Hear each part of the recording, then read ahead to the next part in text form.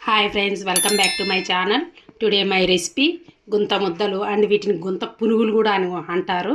మా పిల్లలు మమ్మీ అప్పటికప్పుడు ఏదైనా చెయ్యి వేడిగా చెయ్యి మమ్మీ, ఈరోజు సండే ఈవినింగ్, ఇప్పుడు 5 అయిపోయింది. కొంచెం దోసపిండి ఉంది, కొబ్బరి పల్లి చట్నీ చేసి పెట్టాను.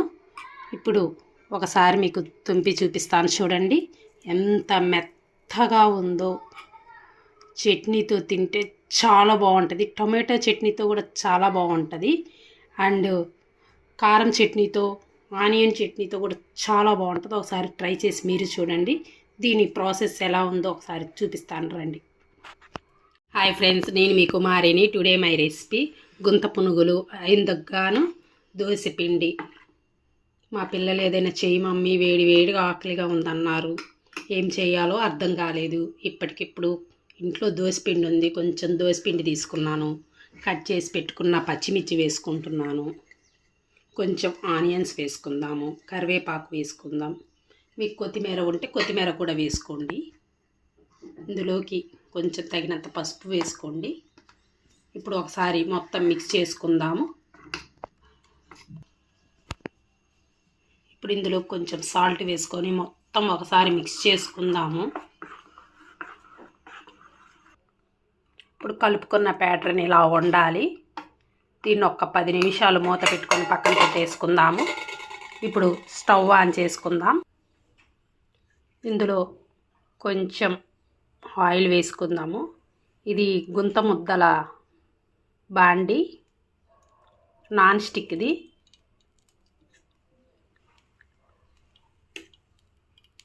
కొద్దిగా ఆయిల్ బాగా వేడవ్వాలి.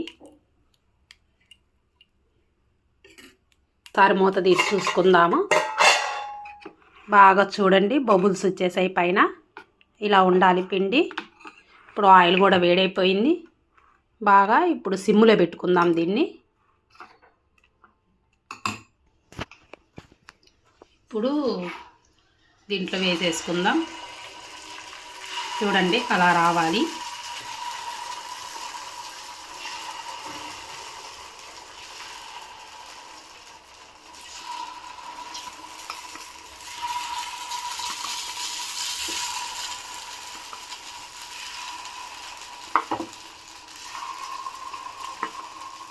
చాలా బాగుంటుంది, టేస్టీగా ఉండిద్ది.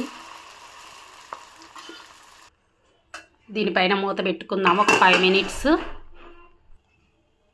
ఒకసారి మూత తీసి చూసుకుందాము. చూసారు కదా అంచులకి చివరిగా ఎలా కాలిందో. ఇప్పుడు ఇలా ఉన్నప్పుడు కొంచెం లైట్గా ఆయిల్ వేసుకుందాము.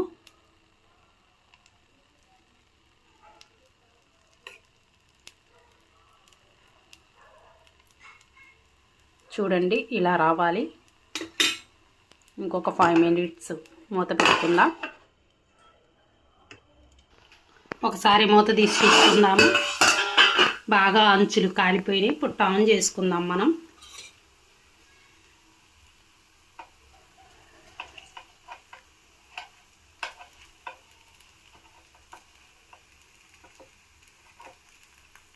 చూడండి ఇలా తిప్పిన వెంటనే ఇలా రావాలి.